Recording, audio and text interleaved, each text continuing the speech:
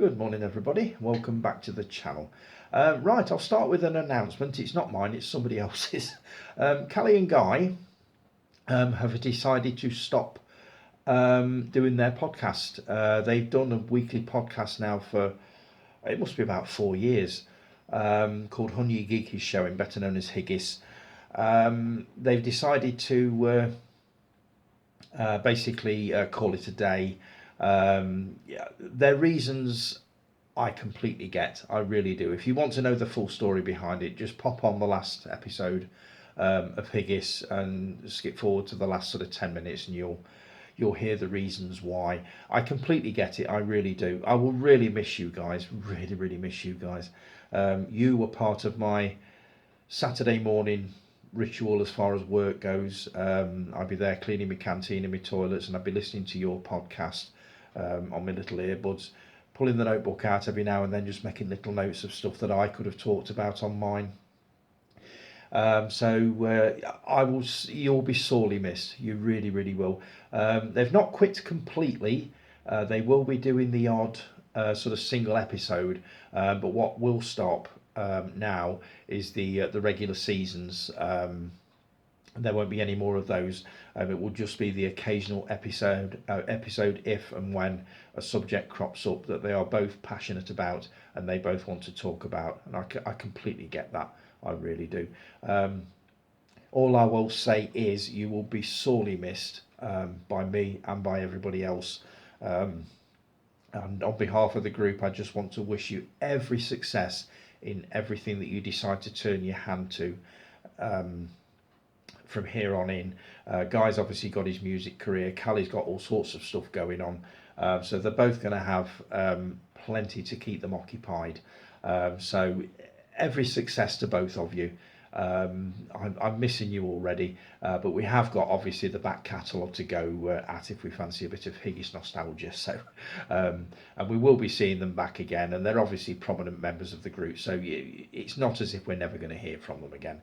But I was very, I wouldn't say shocked, surprised that they'd decided to sort of pull a veil over it. But I do completely get why. So as I say, good luck to both of you. And I look forward to whatever the next episode is and whenever it is. So yeah, you'll do well with everything you do. I know you will. So and as I say, that's from not only from me, but that's from the rest of the group as well. So right, let me just get my notes up. Just bear with me a second, and we shall make a start. Quick bit of news that came out this week. We've been talking about this on the group, so you may already know about this. But the team that made the hit drama Adolescence, which is doing rather well on Netflix at the moment, announced their next project this week. They are basically going to remake what I consider to be one of the most terrifying television movies ever made, from the mid-80s. I think it's about 82, 83 when it came out.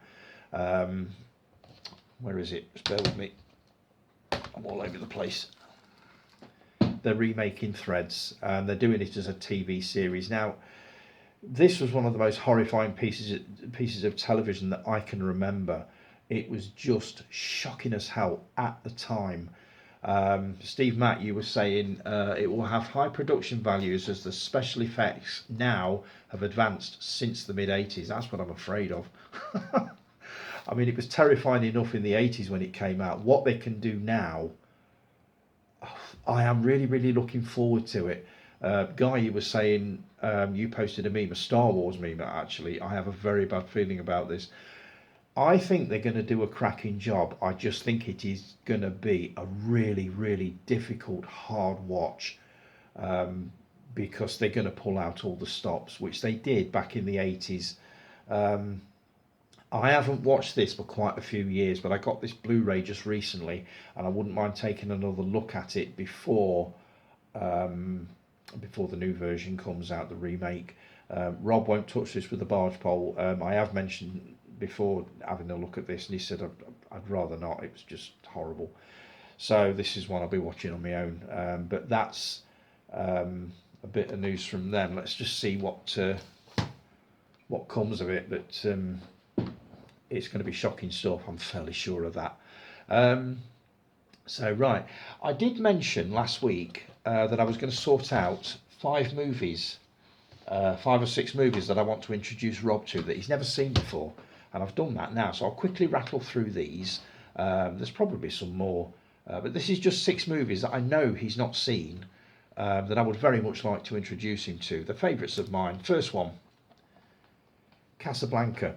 We watched a Humphrey Bogart movie a few weeks back called Dark Passage, which we both absolutely adored. And I said to him at the end of that, I said, "You've seen Casablanca, haven't you?" And he went, "Don't think I have, no." So I said, "Right, well, that's one I'm going to introduce you to at some point." So I've grabbed the 4K of that.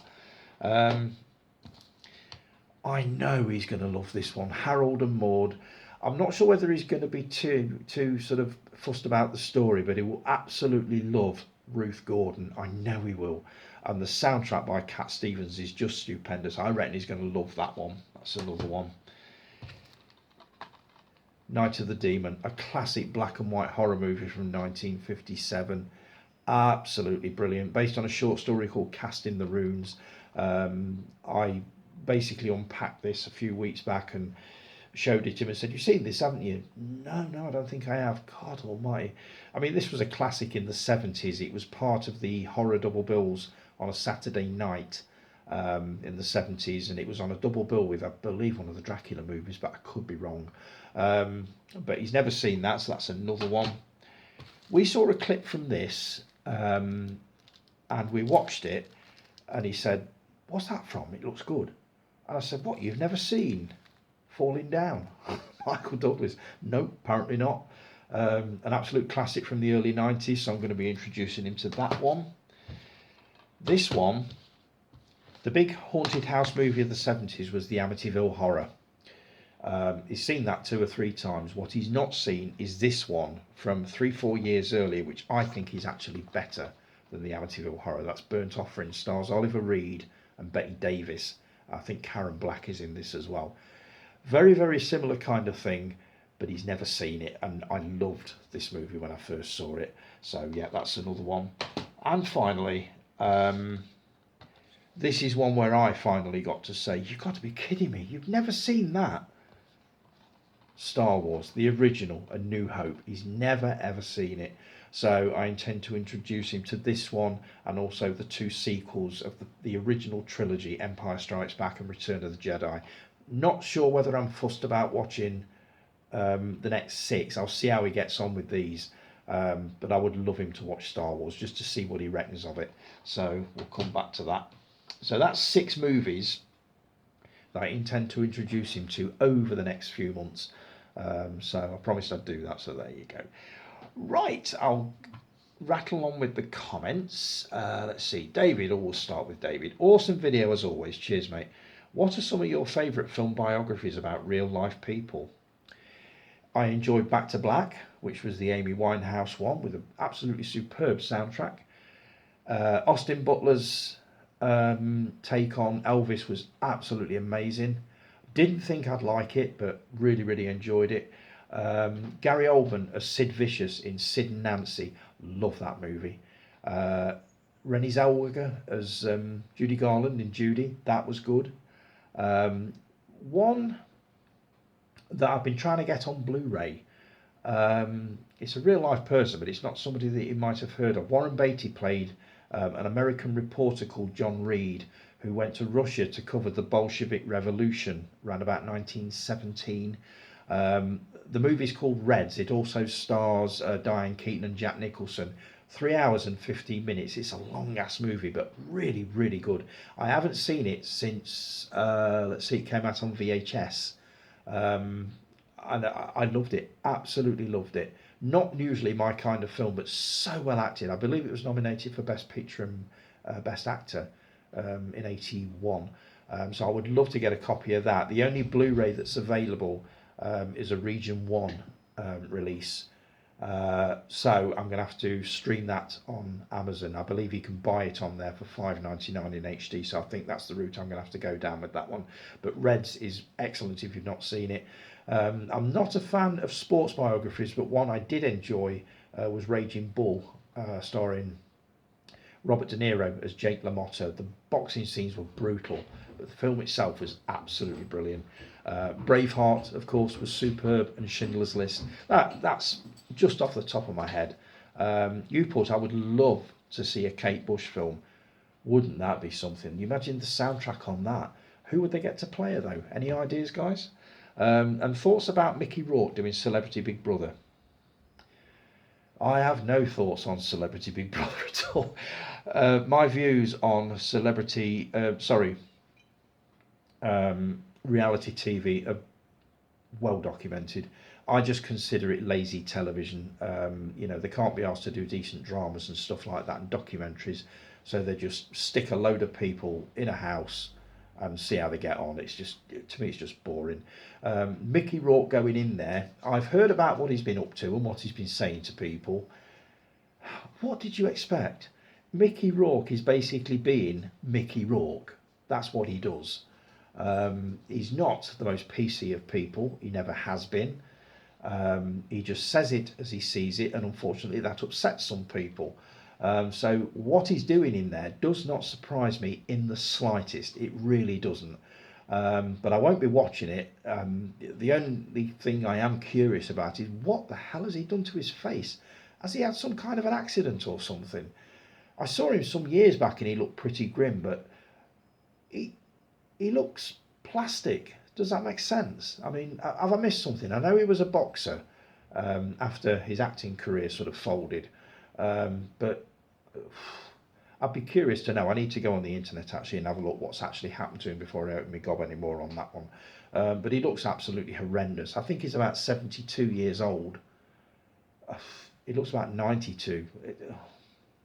I'm curious to know what's happened with him. But no, as far as Celebrity Big Brother goes, I will not be watching a single episode of it.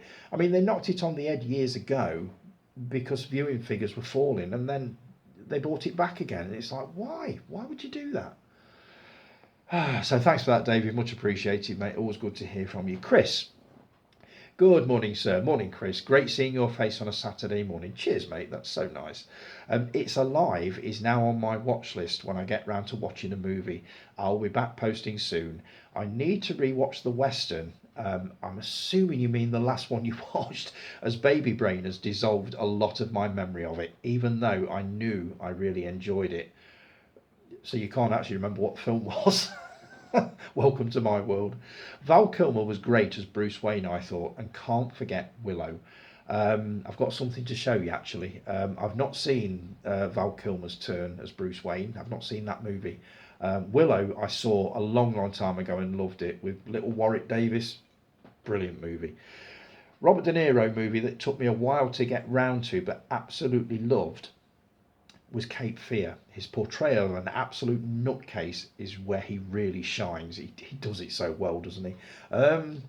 I watched Cape Fear. I've only seen part of it. I only got as far as when he broke that poor unfortunate woman's arm, literally shoved it up her back and broke it, and I thought, I can't watch anymore. So I've no idea how it finished or where it went. But maybe I should give it another go, but I would certainly skip through that bit. The Wanderers is a great movie. I watched this countless times as a kid, and I'm still waiting on that 4K release. I hope someone picks it up. It'd be nice if they did. I've got a Blu-ray, a steelbook upstairs, really nice, but a 4K of that would be absolutely awesome. So, Bond 4K collection. I have taken the plunge and pre-ordered. £119 of Connery is worth it. I will still be hoping that it's not edited by the Woke Brigade. I'm going to stick my neck out here. I'm guessing they won't cut them. These movies are iconic. Most people have seen the Bond movies multiple times. Anything that's cut, they will spot it and they will be angry if they've spent like 120 quid on a box set. I know I would be. I'm going to wait until you've got yours and you can tell us what they're like. I'm sure they'll look brilliant, but I do need to know whether they're cut, because I'm not buying anything that's censored. Again, they were a product of their time. That kind of behaviour, yes, I know Bond was a bit rapey in some of the earlier ones, and that's just how it was, or how he was. But why would they do? Why would they cut? I'm hoping they don't. Let's hope they don't. But I'll wait to find out what you think of it, mate. Soundtrack favourites of mine: Braveheart, inevitable. Dirty Dancing, really, really good. The film was good as well. The Wanderers, superb. Labyrinth. I've never heard the soundtrack to Labyrinth, but I'll download it on Spotify if I can and have a listen. I wouldn't mind watching the film again as well. I've not seen that for years. Stand By Me, great soundtrack. I'm a big fan of the older 60s songs, so any film that includes those gets a thumbs up from me. I love any movie that's got a pop music soundtrack, whether it be 60s, 70s, 80s. Nothing beyond that, I don't think, because I don't really listen to modern music at all. But anything before that, I'm in. So, this week's question from me: what TV show produced a great movie spin off, and which one left you thinking, why on earth did they do that? I've come up with a couple. There may be more, so tune in over the next few weeks, because if I find any more, I'll come back to you on this one. But two great movie spin offs that I really enjoyed would be Charlie's Angels and Starsky and Hutch, mostly because they were played for laughs. They were not taken seriously at all. I thought Charlie's Angels was great fun, and I thought the three leads, was it Drew Barrymore, Lucy Liu, and the other one, the blonde one, can't remember her name. I just thought they were superb. And Ben Stiller and Owen Wilson as Starsky and Hutch, just brilliant. I did see the trailer to them before they came out and thought this is never going to work, because these shows weren't funny, or they weren't supposed to be, but it worked brilliantly. So I really did enjoy those. And two that I thought, why the hell did they do that? First one will be Lost in Space. I was a huge fan as a kid of Lost in Space. I used to watch it every week, usually at my nan's. I just absolutely adored it. I've got the series on DVD. I've got the series on Blu-ray. I still watch them now and love them.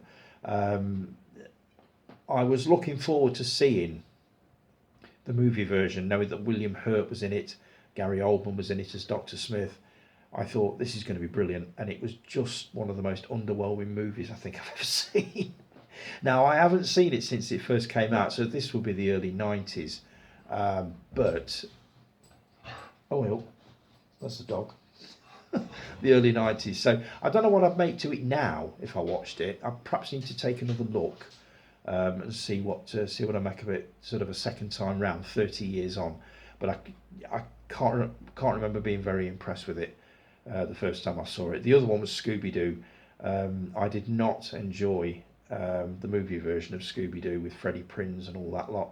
I think it was some kind of live action animated hybrid thing, but it just didn't work for me. It should have done, but it didn't. So the two that I didn't like would be Lost in Space and Scooby-Doo. So I hope that answers your question, mate. Enjoy the Teenage Mutant Ninja Turtles movie. I hope it brings you a couple of hours of joy. I'm sure it will. Michael Bay movies are normally really, really good, so I'm looking forward to taking a look at that. And the trailer did look spectacular. Hopefully show my face on camera soon for you. Have a great weekend. Look forward to seeing you back whenever you're ready, mate. So good to hear from you, Chris, as per usual. Dave Taylor, I've forgotten to put your notes on it. I'm sorry. I'll do yours next week, mate. I promise you. I know you sent me some messages over Facebook Messenger, and I've completely forgotten to copy and paste them. So I will be doing those next week. I promise you. So Stuart, morning Stu. Hello Dolly is bloody fantastic, so uplifting and warm-hearted, and Barbara Streisand is so good in it, as is Walter Matthau. I had that soundtrack in my car for must have been about a month, and it was just on loop. I just played it over and over again. The only thing was, I've not seen the film yet, but I know all the songs. By the way, I absolutely love Rosemary's Baby, one of my favourite horror films. Ruth Gordon is so good, as is Mia Farrow. They were both superb in that one. So is it John Cassavetes? He was good as well. The Untouchables is one of my favourite gangster films. Robert De Niro is so menacing. That the baseball bat scene, wow. They also did that in this movie, and this is another one that I'm going to recommend to you, the St. Valentine's Day Massacre. This is Roger Corman's take on the events that led up to the St Valentine's Day Massacre. It also stars George Segal, Ralph Meeker, Gene Hale. This is just really, really good. I thought this was, it used to show this a lot on Saturday. Oh, here we go. Dog's going off on one. I may have to pause in a minute. Come back. Oh God, yeah, but yeah, if you've not seen this one, Stuart, and you like a good gangster film, this is from about 1966. This is so watchable. I've seen it a few times and I absolutely love it. George Segal, superb. So recommended. Let's see. Oh, and they also did that same scene, the baseball bat scene, in that version, and it was pretty nasty back then. Just uploaded my spring anti-haul video 2025, where I look through my collection and get rid of some I have upgraded to 4K, or films that I just want to get rid of. Most go to my local charity shop. What do you do with unwanted films in your collection? Great video, Tony, mate. See you next Saturday. Cheers, mate. Mine go to the RSPCA. I wholeheartedly support the RSPCA because that's where we got Maya from. She was a rescue dog. So I like to give them back something, basically. So all of my Blu-rays and DVDs and books and bric-a-brac and all that kind of thing go to the RSPCA. I'd rather do that than give them away, if that makes any sense. At least I know that they will be able to sort of rescue more animals and look after more dogs and cats and stuff like that, with the money that they make from the stuff that I send them. So my DVDs and Blu-rays always go to the RSPCA. So I hope that answers your question. Director of the week. I've gone for a horror director this week. Wes Craven. Love Wes Craven's films. Now, the movie that most people think of as soon as you mention Wes Craven's name is A Nightmare on Elm Street. So I've gone for a slightly lesser known one. It's famous now, Hills Have Eyes, from 1977. I knew somebody way back in 1978 when I worked at Comet. Remember Comet in Bargate? Who went to see this on a double bill with another film and came back absolutely full of this one the following day. Obviously I was too young to get in. I'd only been 15, but I've watched it quite a few times since. I think this is the movie where Wes Craven pretty much found his feet. He'd done The Last House on the Left in 1972. I'm not sure what he did between that one and this one, but I didn't enjoy The Last House on the Left. I didn't like it the first time I saw it. I watched it about a year ago. Absolutely hated it. Grimy, horrible movie. Literally felt like I needed a shower after watching it. It was just awful. And then, sort of 5 years later, he comes out with this one, which most consider to be a sort of a horror masterpiece of the 70s, and I would totally agree with that. So, Director of the Week, Wes Craven, and the movie I've gone for that is The Hills Have Eyes. I could have gone for The Serpent and the Rainbow, which I also enjoy, but I haven't got that one. So, Steve Mack, our Criterion guy. Morning, Steve. I have the US Vinegar Syndrome release of Roadhouse and the US Kino of Pelham 123, so I'm skipping those, which will mean a cheaper Arrow month for me. I have pre-ordered the 3 spaghetti westerns though, guessing that means the Dollars trilogy. I've not pre-ordered them, but I will be getting them for sure. Best defence. It's Dudley Moore and Eddie Murphy, so you were close. I can't remember what I said, but I was obviously wrong. I'd love to see 4Ks of Down and Out in Beverly Hills, Stakeout and Ruthless People, but some are Disney Buena Vista, aka Touchstone, but I live in hope. I would love to see a 4K or Blu-ray of Ruthless People and also Down and Out in Beverly Hills. Love both of those two. As you say, it's unlikely for the moment, but we live in hope with that one. The Naked Gun trailer looks promising. The Norberg Jr. moment was funny. It looks just as silly, so I'm happy to give it a chance. I will definitely watch it. I reckon, and I'm not sure about this, but I think that Liam Neeson is going to have a real flair for comedy. So yeah, I will give that a go, definitely. I did take a break from The Walking Dead, but did eventually finish it, and all the spin-offs which are still continuing. I like The Ones Who Live, I'm off to put on my Sunday shoes. I have no idea what last bit meant. that's, that's obviously a reference to The Walking Dead. I'm not sure.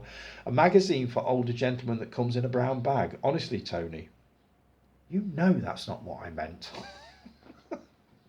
Thanks for that, Steve. Much appreciated, mate. Always good to hear from you. What am I on? 25. Oh, I've got time to get Roy in. Morning, Roy. Morning, Tony. Great way to start a sunny Saturday morning. Yes, weather has been fab the last few days. It certainly has. It picks everybody's mood up when the sun's out. I'm loving this new weekly section which involves Stuart telling you about shite films which are apparently favourites of mine. It's becoming a bit of a habit, isn't it? The Island, yep, they should take every copy and bury them on an island. I'm assuming you mean the Michael Caine version. I actually really enjoyed it. It's just batshit mental, in it?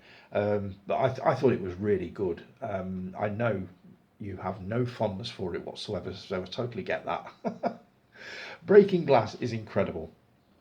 I'd love for someone to get hold of that and give it a decent release. Hazel is a very talented lady. What a ballad Will You is. Fantastic saxophone on it. You're not kidding. That soundtrack, that whole soundtrack is absolutely brilliant. I would love one of the sort of boutique labels to pick up Breaking Glass and give it a decent release on Blu-ray with extras and all that sort of thing. Hazel O'Connor is just superb, and it's so sad what happened to her. She had some kind of an accident a few years ago, and the Appreciation Society are constantly doing sort of GoFundMe things and raising money for her to keep her keep her recuperation going and all that sort of thing. It's so sad. She's a lovely lady. It happened just before she was about to embark on a tour with Toya Wilcox. It was going to be called the Electric Ladies Tour. I'm not sure what actually happened, but I'm fairly sure it was obviously not good. But yeah, I would love to see Breaking Glass get a decent release on Blu-ray. Harold and Maude is so good. I'm lucky enough to have the Eureka release, which is pretty out of print, which is the one I've got. Masters of Cinema. I didn't realise it had been released on Eureka. I'll have to take a look at that. I never ask a question, so here goes. Who would play you in your movie biopic? May I suggest Harry Hill? No, you may not. All right, here's a list. Telly Savalas. These are all baldies. Steve McFadden, which is Phil Mitchell in EastEnders. Yul Brynner. Callie and Guy will get that one. Patrick Stewart. He'd give it a bit of class. Jason Statham, maybe. Cheers, mate. Have a good week. Thanks for that, Roy. Much appreciated. Right, I'm going to take a quick break and I'll be back in just a minute.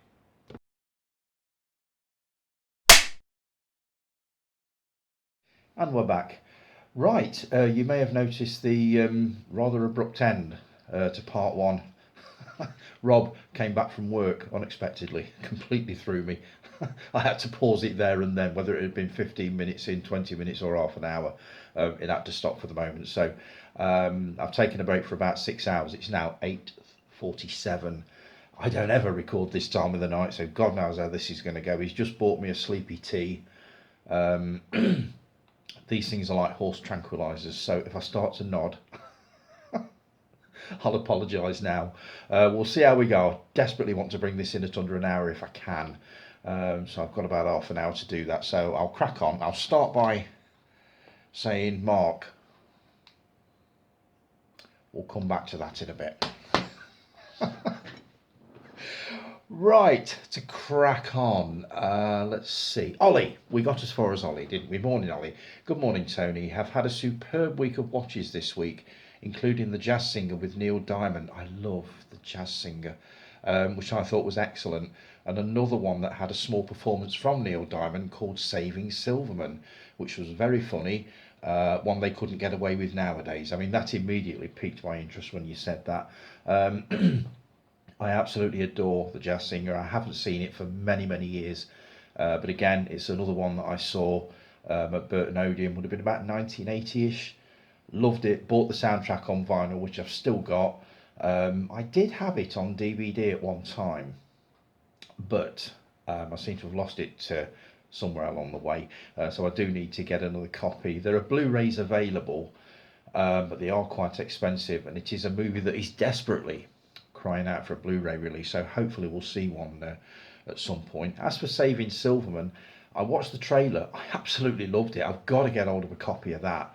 I'm a little bit nervous of grabbing the American import, even though you said it is multi-region. I've kind of been caught out with that one before with American imports. I've done two before now. I think Can't Stop the Music with the Village People was one, and there was another film which I can't remember. And I basically had to just sell them on straight away because they wouldn't play. So I'm a little bit nervous of US imports, but I will get hold of a copy one way or the other, and let you know what I think of that. But it looks amazing, I've got to say.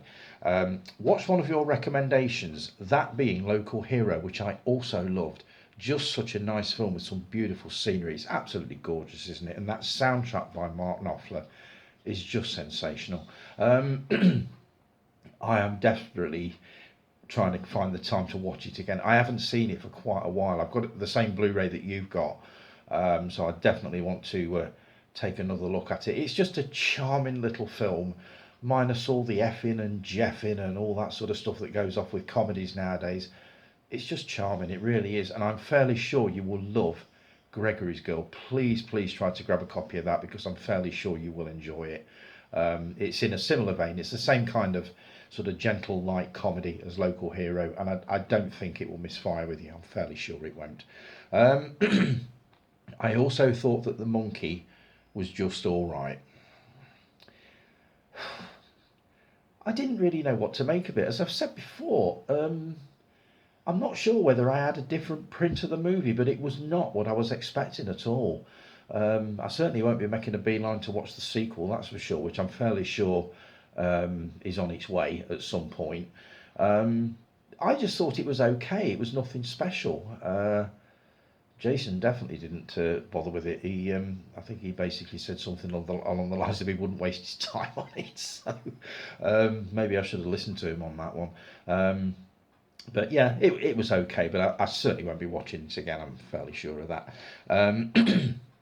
What is your favourite underrated performance from a musician in a film? There are quite a few. I've made a little list of some of them that I really enjoyed.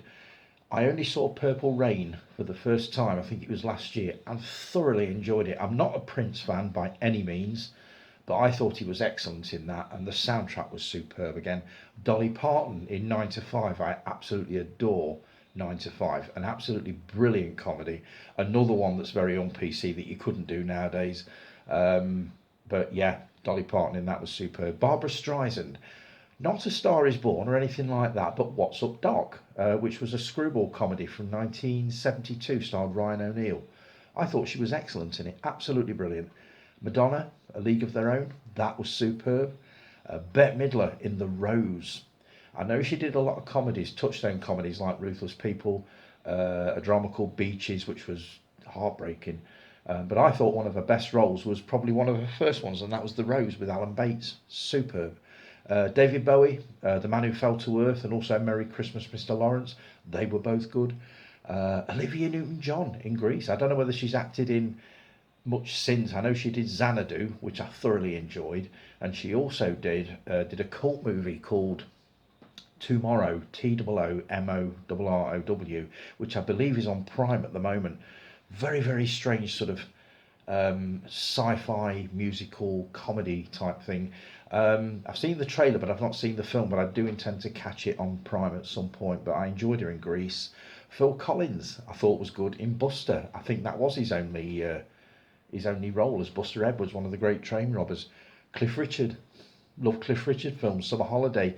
If you want to see him tackling something a little bit more with a bit more meat on it, try a film called Serious Charge, which is on Talking Pictures TV a lot. He was absolutely superb in that. And also David Essex. He did two movies called That'll Be the Day and the sequel Stardust.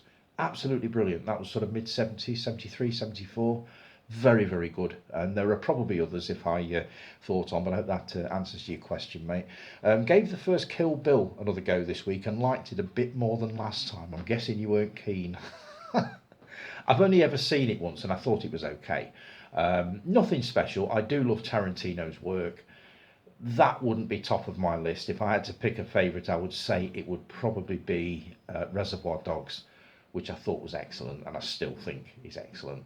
Um, like Sam, I have been on a kick of American comedies the last few weeks, especially ones from the noughties. Do you have some favourite noughties American comedies? One or two. Meet the Parents, Road Trip, Scary Movie is just hysterical. George of the Jungle, I quite enjoyed that one. It was just daft as a brush, wasn't it? Just funny. 51st Dates, first Adam Sandler film I've ever watched, and that was only a few weeks ago. Really, really enjoyed it. I thought Drew Barrymore was superb in that. White Chicks, that is about as un-PC as you could possibly get. I've not seen it all the way through. I've seen most of it. It's it's one of Rob's favourites. He absolutely loves it. But what I saw of it, I remember thinking, how would that have been if the roles had been reversed? How would it have been if it had been white people pretending to be black people? That wouldn't have been allowed, would it? But it's okay for the Wayans brothers to do it. Don't even get me started. The Dukes of Hazzard, I like the movie version of that with Johnny Knoxville. The Devil Wears Prada is one of my favourites ever. I've seen it quite a few times. It was on Film 4, I think, last week, and I tuned into it probably 10 minutes in, and even though I've seen it before, I ended up watching it all the way through. Meryl Streep is a complete legend in that. Just superb. So many quotable lines. I've got somewhere the Blu-ray. I'm fairly sure of it, so I will be taking a look at that again very, very shortly. But that's some of the noughties comedies that I've enjoyed. Hope you have a great weekend and week, and same time next week. Absolutely, Ollie, and thanks for taking the time to comment, mate. Much appreciated. Simon Robson, morning, Si. Hi Tony, I'd recommend Kiss Kiss Bang Bang or Wonderland for some really good Val Kilmer films.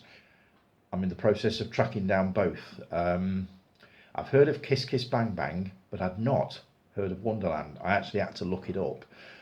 I got it confused with a movie about the suspected murder of the original TV Superman, George Reeves.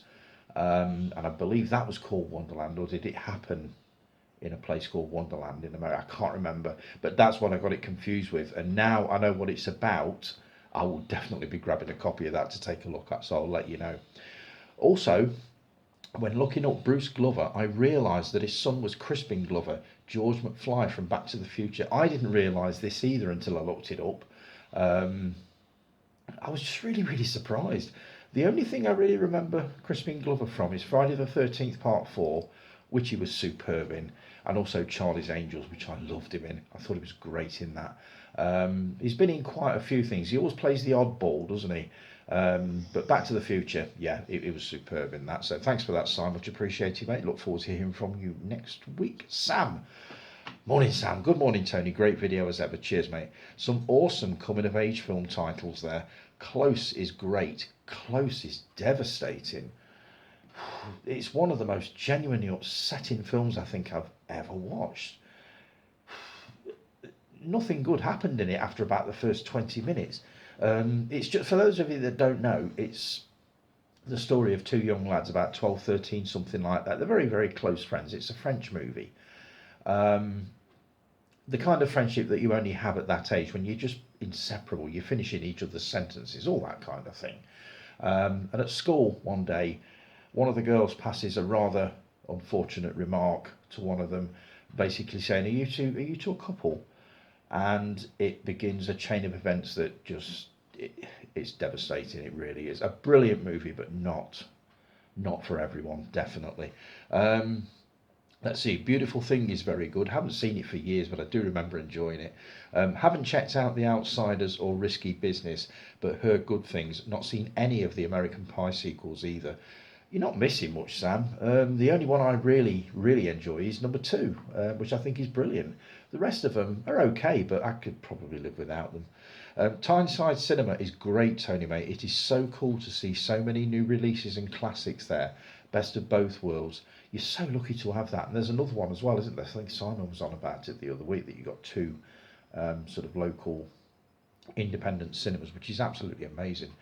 They are showing Fargo next week, or by the time this video is out, they may have already shown it.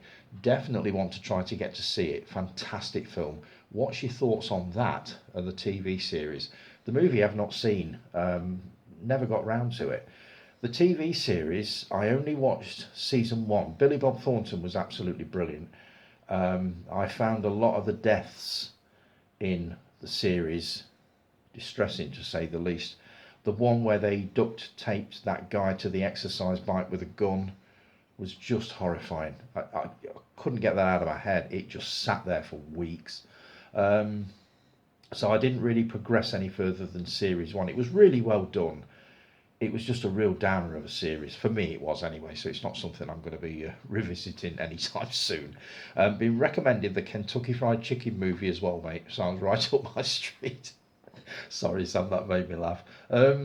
It's actually just Kentucky Fried Movie, not Kentucky Fried Chicken Movie. The one you want is that one. This is a German import, as you can see by the 16 certificate underneath there. I think this is the only Blu-ray that you can get that's Region 2. But I don't think you'll be disappointed by it. The humour is just it's definitely of its time. And some of the sketches are just brilliant. So yeah, I'd highly recommend this, and I'd be very curious to know what you think of it when you get round to watching that. You'll either love it or hate it. It's one of those. The Land Unknown was just okay for me. Much prefer The Lost World from 1960, which I really enjoyed. Very entertaining little film that. Oh, Maya's on the move. The Land Unknown I definitely want to see. I'm going to grab a copy of that from HMV. I put together a little list for Rob. Actually, he's going into HMV to spend a Christmas voucher at some point soon, and I looked up 4 or 5 sort of 50s sci-fi movies, mostly from the 101 sale that I missed out on. HMV have still got a lot of those titles in at those prices, so I've given him a list, and hopefully he's going to pick The Land Unknown up for me, along with The Colossus of New York, The Alligator People. There's another one as well, The Mole People. I love those old 50s sci-fi films, as you know, absolutely adore them. As for The Lost World from 1960, one of my favourites, directed by Irwin Allen, and I loved his series and I loved all his movies. The Lost World was always on when I was a kid, usually on a Saturday afternoon or an early Saturday evening. Always watched it every time it was on. Absolutely love it. Let's see. This is so kind of Roy to say they could possibly make a great music biopic about me. Either I'd be coming up with random VHS or Blu-ray songs, singing in the pub on karaoke night, or I'd have to come up with more exclusive songs for the channel for sure. Oh, dear Christ, no. Sam, I've heard you sing. Believe me, that's not a good idea. You go for it, mate. You knock yourself out. Oh, God. That's one to look forward to. If Scott can do it, why can't you? Tony, I picked up a few movies on DVD lately that haven't had a Blu-ray release over here, some of which are American comedies. One film that Ollie recommended to me is Office Space. This is one that I listened to a podcast about probably a few weeks ago that were talking about Office Space, and I was really intrigued by it. I've heard of it, and I remember seeing the VHS box on the shelf when I worked there, but I've never seen it, and I'm very, very curious about it. So it is one that I would definitely watch. Is this something that you do? Picking up movies either on VHS or DVD that haven't yet had a Blu-ray release because you think those movies will not get a Blu-ray release? I do. I very much do. These are 5 movies here that I've found that I have bought basically because I'm fairly sure they will not get a Blu-ray release this side of a cold day in hell. First one is The World is Full of Married Men. I've shown these off before, so forgive me if I have. It's obviously a Jackie Collins adaptation from one of her books. Doesn't star Joan Collins, this one, but it's got a cracking disco soundtrack made in 1979. It's basically softcore porn with a disco soundtrack, but I absolutely love it. That will not get a Blu-ray release anytime soon, I'm sure. This is one of Rob's favourite, Body Count. He loved this back in the day. I thought it was average, and I watched it again fairly recently on this and quite enjoyed it, and I thought I would love to see that get a Blu-ray release, so maybe that's one for the future. This always makes me howl. National Lampoon's Class Reunion, The Blind Girl. Need I say more? Again, humour that was very, very much of its time. I haven't seen it for quite a while, so I don't know whether the humour would stand up now, but I really, really enjoyed that, and I don't think it's got a Blu-ray release. This one I watched recently, over Christmas, I think. First time I've ever seen it. It's a 70s movie. Digby, the biggest dog in the world. I really enjoyed it. Not as much as I thought I would, but I get the feeling this is going to be one of those movies that I'm going to watch several times, let's say, and it's going to get better every time I watch it. This is one of Jason's favourites, I'm sure, but I would love to see this get a Blu-ray release. Jim Dale is superb in that. And finally, this movie terrified me when it first came out. It's a documentary, it's only an hour long, narrated by Vincent Price about the Bermuda Triangle. It's called The Devil's Triangle. It's just his voice, you know what I mean? The subject matter is creepy as hell, as it is, but with Vincent Price narrating it, it takes it up to another level. I don't know whether this will ever get a Blu-ray release, but I would love to see it on Blu-ray. So that's 5 movies that I have bought, realising that they probably won't get an HD release. So that pretty much answers that question for you, Sam. Let's see. Tony, a film I absolutely love is Garden State, which is a great coming-of-age drama with an excellent soundtrack, directed by Zach Braff. Isn't that the lad from Scrubs, if I remember right? I've heard of Garden State, but I've never seen it, but I will certainly be looking it up. I watched a film called The Last Kiss, which I thought was very good as well. Not familiar with that one, but I'll definitely look up the trailer and have a go at getting a copy of that. Tony, are you getting anything in the Arrow sale? Just like always, so many cool titles included in the sale, many of which I'm yet to check out. A great variety of movies indeed. I dread looking at it. I did have a quick look earlier on at the first couple of pages and I couldn't see anything that I wanted on there, but whenever I go on sort of Arrow or 101 when they've got sales on, I always end up with like 70 or 80 quid worth of stuff. Even though I make my mind up, I'm not buying anymore, I'm supposed to be cutting down. You're encouraging me, Sam. I can almost hear the others going, don't do it, Tom, don't do it. I will have a look, definitely. I did spot one called The Monster of Michigan Lake, I think it was called. And I took a look at the trailer and it looks pretty awful. Right up my street. But I will have a look and let you know what I think. But it's almost certain that I will be getting some, almost certain. Keep up the awesome work as ever, Tony. Bring on next Saturday's block. Thanks, mate. Very much appreciated.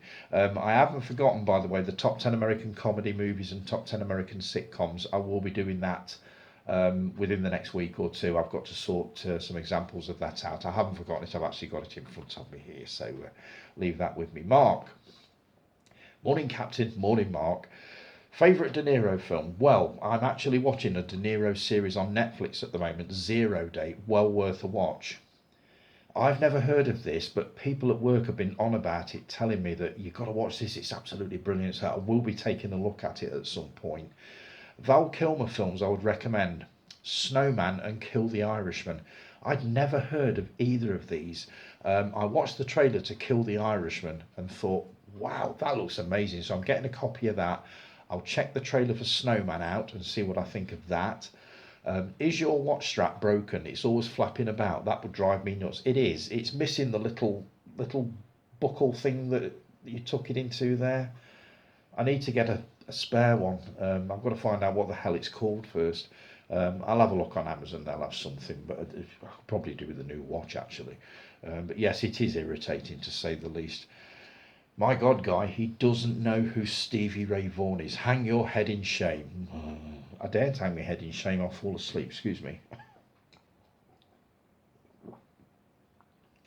These do help me sleep, believe it or not. After about an hour of drinking this, I literally can't keep my eyes open. And I sometimes take a Nitol and I wash it down with one of these. That's even better. I'm out for the count when I've had that. The football last week was a good day out. If you leave out the result, or take it we lost then, and I managed to behave myself and not get too intoxicated, mainly because the line for the bar was horrendous and I couldn't be asked to keep standing in it, so I only had a few pints in the end. Good boy, good boy. I bet your missus was pleased. Um, Same time next week, absolutely, Mark. You're never seen for the week before last, because I didn't. I don't think it appeared until after I'd recorded. Was The Talented Mr. Ripley? I saw this years ago and really enjoyed it. I definitely didn't think this one would be for me. Didn't really know what it was about, to be honest, but overall I thought it was a really good movie and one that I would watch again. 7.5 out of 10. You're never seen it for this week was this. And as soon as I saw it, I had a bad feeling of what was coming. I really, really did. Um, Never seen it. Saturday Night Fever. Shite. Wouldn't recommend. A generous 4 out of 10 just because I don't want to upset our Tony. Bit late for that. Honestly, mate, look. It's my favourite movie ever, but when all said and done, it's just a film. I'm really not that bothered. Um, Jason, you said, I watched an hour of it and turned it off, but I was loving the music. Maybe I just wasn't in the mood, but I'm not dismissing it. I will be giving it another chance at some point this year, though. Oh, I look forward to seeing what you make of it on second viewing. I don't think Mark's going to go for that somehow. I think that would be a big ask. Um, I definitely probably will take another look at it sometime this year. I tend to watch it once a year, same with Close Encounters. But I'm really looking forward to seeing what they do with the 50th anniversary for this, which is in 2027, I believe. Hopefully there'll be a good collector's edition coming out with all the bells and whistles. We shall see. So thanks for that, Mark. Much appreciated. Not so much the Saturday Night Fever review, but everything else. And we will meet again next week. Jason K, morning Jay, our Ginger Ninja. Good day, Tony. I really enjoyed The Monkey. It was a weird film, bloody and violent, but good. I didn't object to it. I just didn't think it was as good as it just wasn't as good as I thought it was going to be. And it was completely different to what I thought it was going to be. Watching the trailer, it looks like some kind of a cross between Day of the Animals and Final Destination, but it wasn't quite what I thought. I need to find out which print I watched, because I'm convinced that I watched a kind of a watered down version of it. It must have been, because everybody's been telling me that it's one of the most fucked up, violent movies they've ever seen. And I just didn't get it. And you know me, I'm ultra sensitive to anything really, really violent. So if it had been that bad, believe me, I'd have picked up on it. Robert De Niro films. There are more of his that I haven't seen, and some will surprise you. But The Untouchables, Angel Heart, Cape Fear, Heat, Ronin. There's a few more, but that 5, 4, 3, 2, 1. These are kicking in. I can feel it. If I start to nod off, just reach through the screen and just prod me. There's a few more, but they would just be the main ones.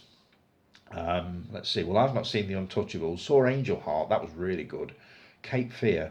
I only got as far as where he broke that poor girl's arm. I didn't get any further than that.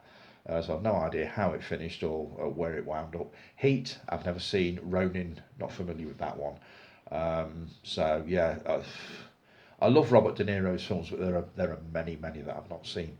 Val Kilmer, R.I.P. Batman Forever, The Saint, Heat with De Niro, The Ghost and the Darkness are a few I would recommend. I would love to see The Saint. I'd forgotten about that one. Batman Forever. I've got something to show you on that one in a bit.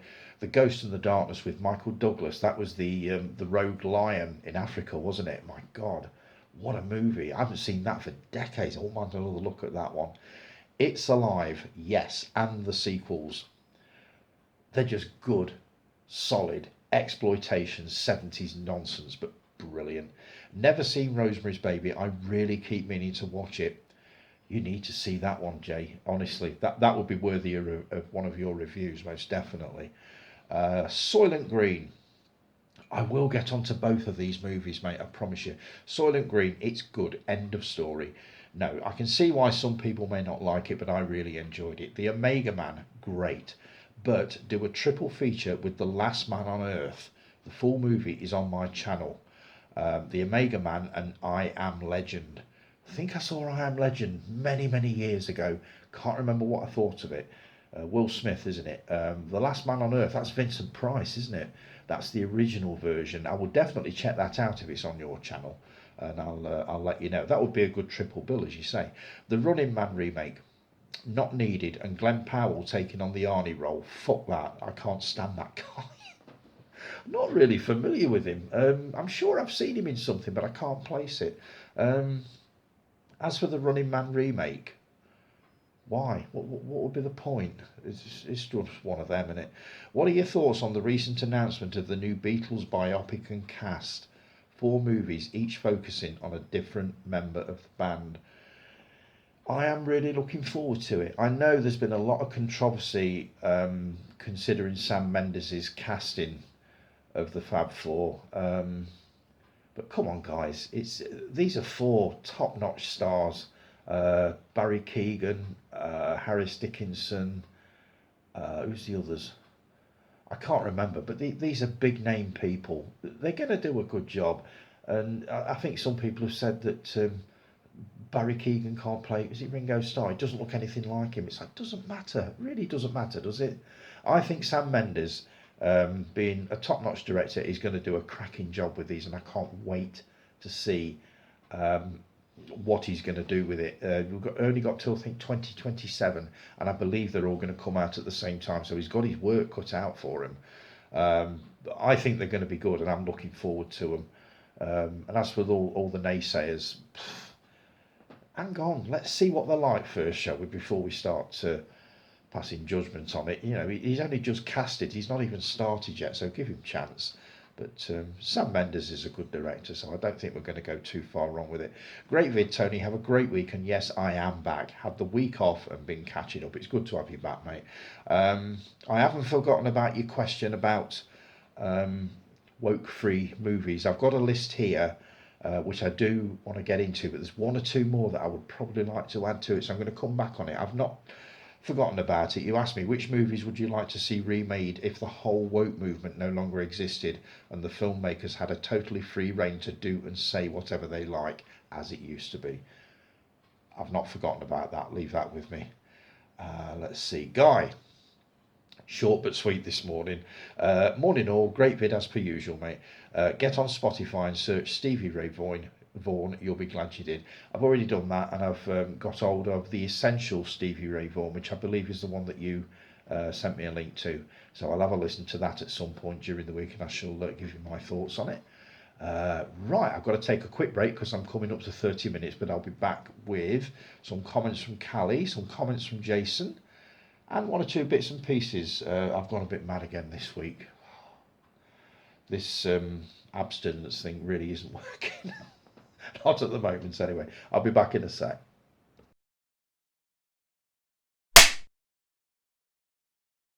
And we're back. Right, coming into the home stretch as usual, guys. I wanted to bring this in at under an hour. It wasn't going to happen. So I'm going to wrap this up as quickly as I can because I can seriously feel myself starting to nod now. Let's see. Callie. Caught your comment this week because obviously I'm not recording till much later than usual. I'm really glad I did. Sunday morning Tony time for a change. Hope you're well and having a good week, honey. Having a great week. It's not been too bad. Today's been a bit disjointed, but I shall make plans to put that right next week and go back to recording first thing in the morning, which is my best time. This is not a good time for me to be doing this at all, but it's not gone too bad actually. I've added The Bondsman to my watch list mainly because I'm a bit of a Kevin Bacon fangirl, but it does look good from the trailer. I can't wait to have a look at that. I want Rob to see it as well because I think he likes that kind of thing, sort of Evil Dead, demonic kind of thing. So I think we're going to watch that one together, probably Saturday nights actually. Did you know George Lucas actually directed one of my favourites, Howard the Duck? I didn't, no. It's one I've meant to watch for years but never really got round to. It's not one I fancied at the time, but over the years, the bits I've seen of it, I've thought, that actually doesn't look too bad. So, what are your thoughts on Howard the Duck, guys? Have any? Oh God, here we go. 4, 3, 2, 1. This is only going to get worse the longer I drag it out, so I will try to get this finished as quick as possible. What are your thoughts on Howard the Duck, guys? Have you guys seen it? And if so, what did you think of it? Um, Spoiler alert, both myself and Guy forgot to mention our list of films we'd like to see in the cinema. Due to the emotional nature of last week's episode, it slipped our minds, but I will give it a think and comment on your next bit. I look forward to finding out what these films were. We were talking about this probably a couple of weeks ago. We were all saying, name films that you were too young to see at the cinema at the time that you would love to see on the big screen. And there were some interesting answers to that one, so I'm looking forward to seeing what you make of that. Some of it is true. On calling me a bitch, honey, all of it is true. I'm sure it's not. I'm sure it isn't. Um, some good choices for soundtrack, son. Might have to give some of these a listen while I do my housework. Biker Mice from Mars was a 90s cartoon in the same vein as Teenage Mutant Ninja Turtles. I need to have a look at that. I'm just curious to know what a Biker Mice from Mars looks like. I'll have a look. I knew you'd love the Jaws stuff. There's going to be all sorts coming out over the next few months. I definitely wouldn't mind another version of the Jaws game, definitely, and I'm fairly sure you'll be able to get an original version of that for a fairly reasonable price. Let's have a look, shall we? I'll let you know on that. But I'm looking forward to seeing what else is coming out for its 50th anniversary. As for the overlay of pics and whatnot on my vids, I'll drop you a message about it, hon, which you did, and I'm very grateful for that.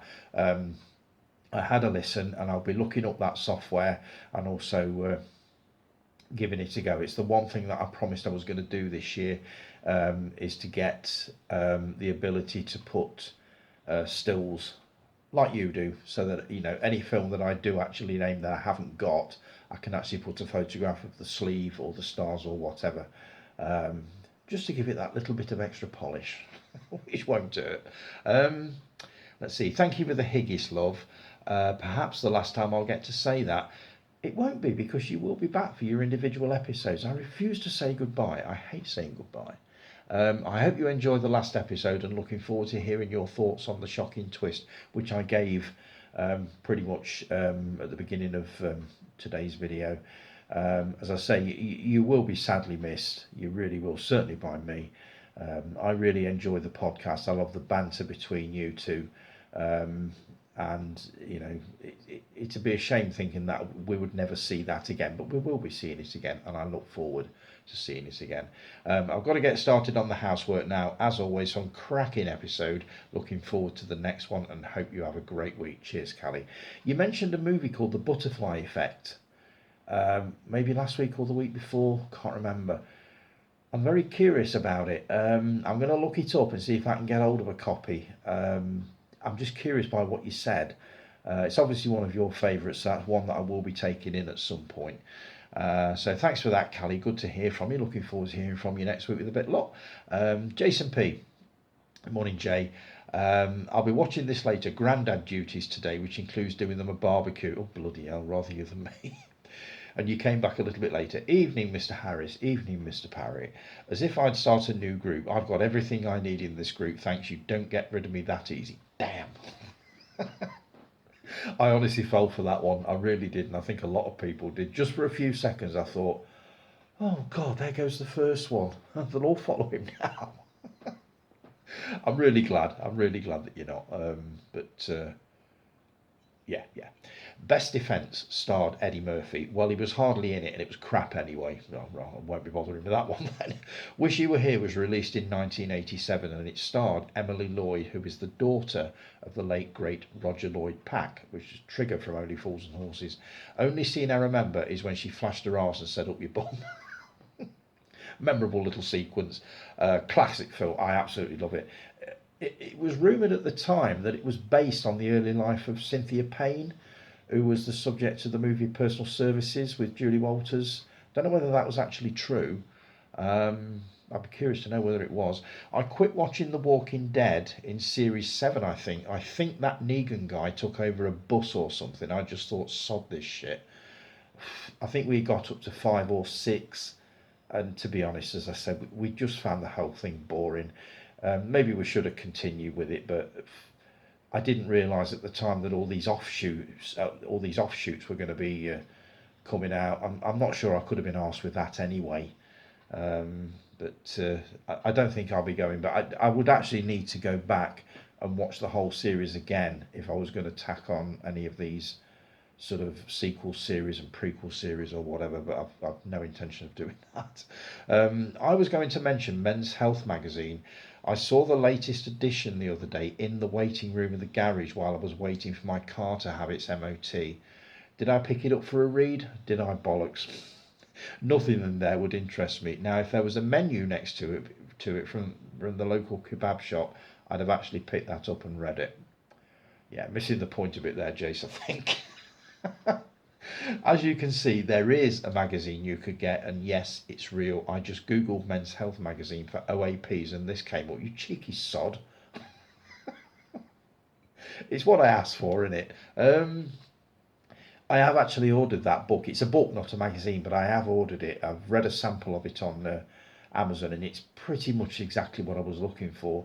But it would be nice if they were to bring out, and I'm sure it would sell, a monthly magazine, based on, like that women's one that I got. Oh God, no, I'm not going into this again, but you know what I mean, don't you? It's just that guys seem to have been sadly neglected. There's a real gap in the market there if anybody chooses to sort of fill it.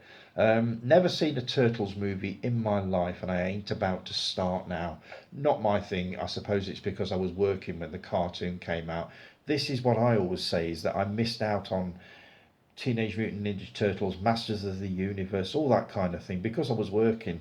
So I never actually got to watch them. It is a generational thing. But yeah, I totally get that. I was talking to the wife the other day about working for the first time back in 1988. Your TV viewing habits change overnight. I go from watching cartoons after school to watching bloody bastard blockbusters after blockbusters. I remember that. Didn't they bring that back for a short while? It actually wasn't bad. I don't think Bob Holness was part of it. Can't remember who hosted it now, but I'm sure they brought it back. It was always on when I settled down to have my tea. Ride home from work in Paget Street after finishing any time between 4:30 and 6.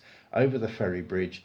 You wasn't allowed to ride on the bridge back then, so I had to jump off if you saw a copper coming the other way. Sounds about right. I started work in August 88, so it was still summer, but foot me, it was a shock to the system in winter. Fucking freezing riding a bike. Oh, I wouldn't have fancied it. I did do it once and it was not nice. Monday to Friday and the weekends off. Wages in a brown envelope on a Friday. £58 for 48 hours. A bit more if I was running late, but it was still better than YTS. I think my first wage packet was 25 quid. And I do remember the brown envelope when you literally used to get your money in these things. It was just so much better. It's all digital now, isn't it? My mum would have my tea ready. Couldn't text her back then to say I was on my way home before the days of mobiles. I'd just get in, get changed, shower, have my tea whilst watching blockbusters, then watch the soaps before going to bed. Work just kills your social life, doesn't it? It does. It still does now.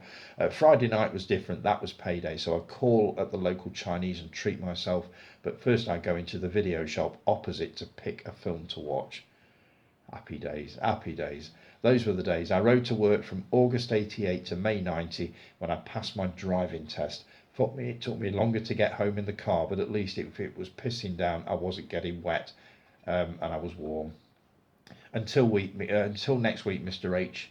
Look forward to it, mate. Finally, it's Easter and I can start this bloody new thread that's been ready for 2 months. How will it look? Fuck knows, just bear with it through the barren years. Of course we'll bear with it. We're all looking forward to it. I certainly am. You currently revamping your man cave. Mark was saying, record it. We need a video of you effing and jeffing. No, we don't.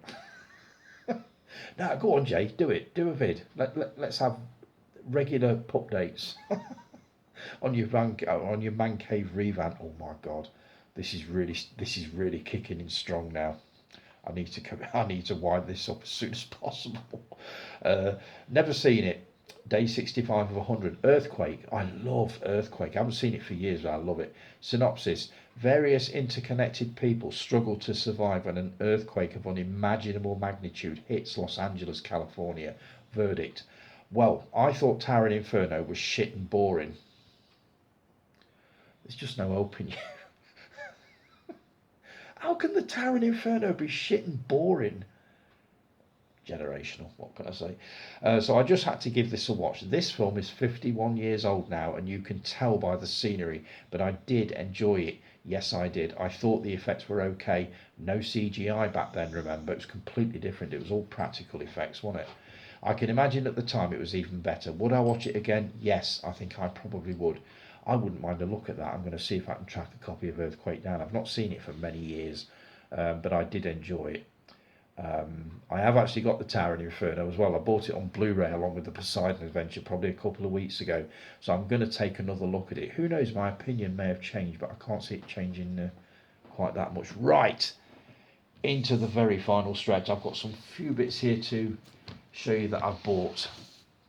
And then, dear viewers, I'm going to bed before I nod off on screen. Couple of magazines first off. Latest issue of Yours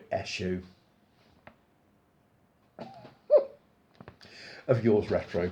You've got articles on Gregory Peck, Gloria Swanson, Dr. Dolittle with Rex Harrison, Bing Crosby, Bob Monkhouse and the Golden Shot. Remember that?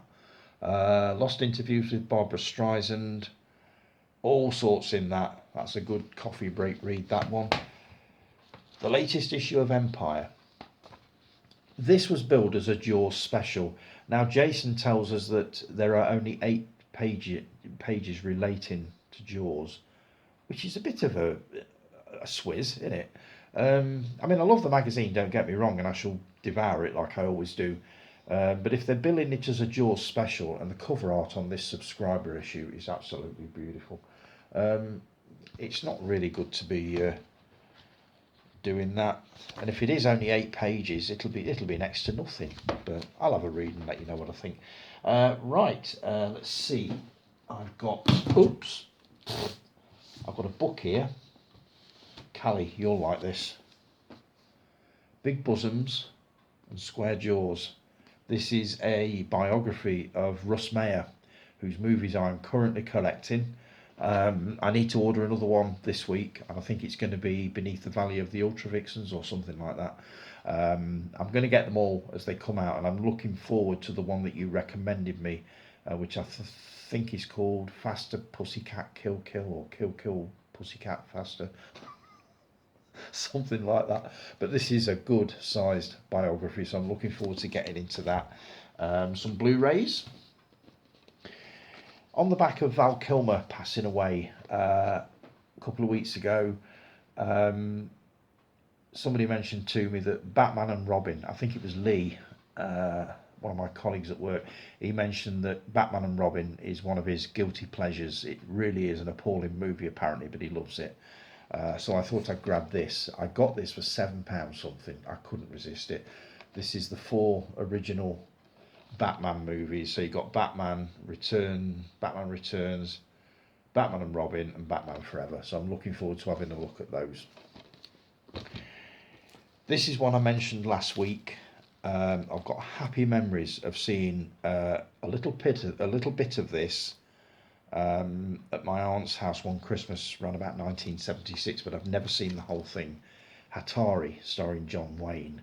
It's all to do with safaris, capturing rhinos, that kind of thing.